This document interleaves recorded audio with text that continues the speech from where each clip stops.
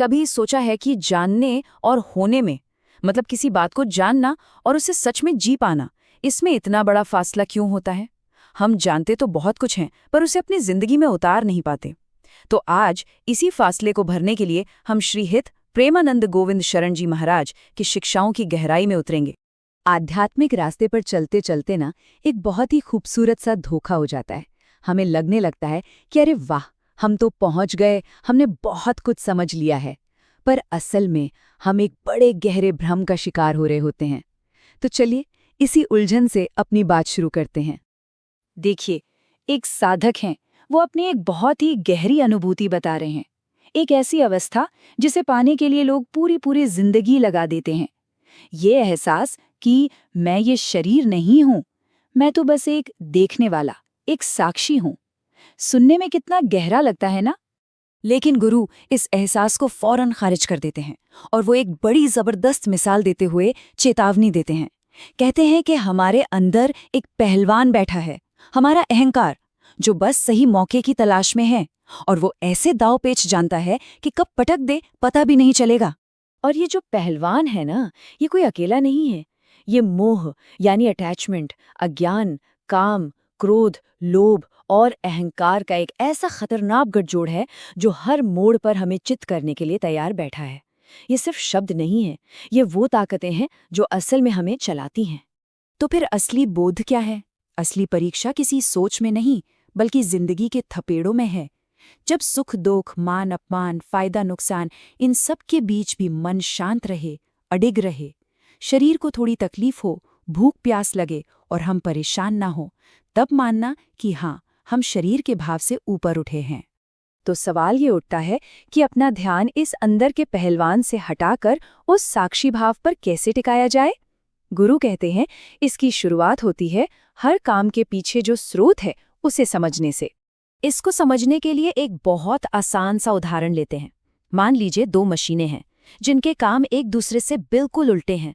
जैसे एक हीटर है जो गर्मी देता है और एक फ्रिज है जो ठंडक देता है। अब यहीं पर एक बहुत मजेदार सवाल खड़ा होता है कि भाई, एक ही पावर सोर्स, एक ही बिजली, 2 एकदम अलग अलग, एकदम उल्टे नतीजे कैसे दे सकती है? जवाब छिपा है स्रोत और उपकरण के फर्क को समझने में। बिजली जो है वो है स्रोत यानी कारण, और हीटर और फ्रिज है उपकरण यानी करण। बिजली तो अपने आप में न गर्म है न ठंडी, वो तो सिर्फ एक शक्ति है। ये तो उपकरण पर निर्भर करता है कि वो उस शक्ति का इस्तेमाल गर्मी पैदा करने में करेगा या ठंडक। ठीक इसी तरह ये सादृश्य हमें लोगों के कामों के पार देखने में मदद करता है। हमें यह समझना होगा कि सभी जीव जंतुओं में जो असली स्रोत है, जो कारण है, वो परमात्मा है, और उनके अच्छे या बुरे कर्म वो तो सिर्फ उनके मन और शरीर रूपी करण यानी उपकरण की वजह से हैं। जब ये समझ आ जाता है तो फिर हमें काम नहीं, बल्कि हर किसी के अंदर बैठी वो एक ही दिव्य चेतना दिखने लगती है। अब ये तो साफ है कि नजरिए में इतना बड़ा बदलाव लाना अकेले के बस की बात नहीं है, बहुत मुश्किल है। और बस यहीं पर एक मार्गदर्शक, एक गुरु की जरूरत पड़ती है। गुरु के बारे में कहा गया है कि उनके शब्द सूरज के किरणों की तरह हैं। वो हमारे सबसे बड़े अंधकार यानी इस दुनिया से गहरे लगाव, जिसे महामोह कहते हैं, उसे पल भर में नष्ट कर देते हैं और हमें सच्चाई का रास्ता दिखाते हैं।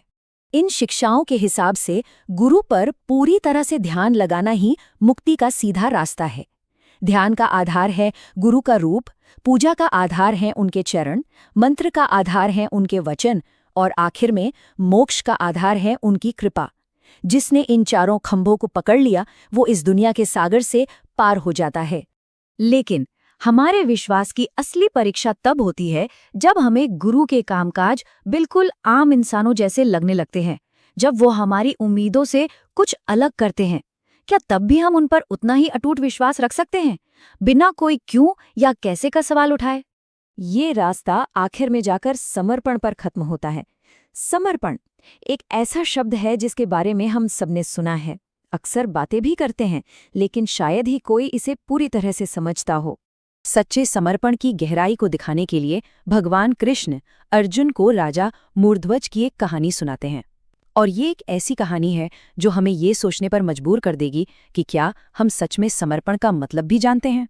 जरा सोचिए, राजा को अपनी भक्ति साबित करने के लिए एक के बाद एक ऐसी मांगे पूरी करनी थी जो किसी के लिए भी नामुमकिन हो। उन्हें न सिर्फ अपने ही बेटे को अपने हाथों से आरी से चीरना था, बल्कि ये भी पक्का करना था कि इस पूरी प्रक्रिया में किसी की भी आंख से एक आंसू भी न निकले। राजा ने बिना कोई सवाल किए इस परीक्षा को स्वीकार कर लिया। बस यही है समर्पण।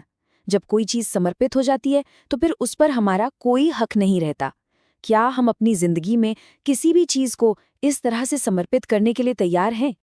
अब राजा मूर्धध्वज जैसा समर्पण हम में से ज्यादातर लोगों के लिए शायद नामुमकिन सा लगे, तो क्या इसका मतलब ये है कि हमारे लिए कोई रास्ता ही नहीं है? नहीं, बिल्कुल नहीं। ये शिक्षाएं आज की दुनिया के लिए बहुत ही सरल और व्यवहारिक कदम भी बताती हैं। एक कॉर्पोरेट प्रोफेशनल आज के दौर की एक आम समस्या लेकर आते हैं, भारी तनाव। कहते हैं कि सुबह से शाम तक दिमाग में बस काम ही काम घूमता रहता है, जिसकी वजह से न गुस्से पर काबू है न तनाव पर। इसका जो निदान है वो हैरान करने वाला रूप से बहुत सरल है।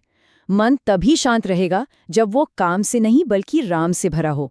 जब हमारा दिमाग दुनिया भर की इच्छाओं और कामों में उलझा रहेगा तो तनाव तो होगा ही, लेकिन जब वो परमात्मा के नाम से भर जाएगा तो शांति अपने आप आ जाएगी। तो इसका इलाज क्या है? इसका नुस्खा है एक ठोस रोज का अभ्यास। एक बहुत ही आसान शुरुआत, दिव्य नाम का 5000 बार जप करना। ये छोटा सा अनुशासन और इसके साथ बस 10 मिनट रोज ज्ञान की बातें सुनना आपकी पूरी मानसिक हालत को बदलना शुरू कर सकता है। चलिए आज से ही ये नियम लेकर देखिए और फिर महसूस कीजिए कि कुछ ही दिनों में क्या फर्क पड़ता है। और अंत में ये पूरी बातचीत हमें अपने आप से एक बहुत ज़रूरी सवाल पूछने पर छोड़ जाती है। हमारी भक्ति क्या सिर्फ मन की शांति पाने का एक सौदा है, या फिर ये राजा मूर्धध्वज की तरह का सच्चा और बिना शर्त वाला समर्पण है? इसका जवाब तो सिर्फ हमारे ही पास है।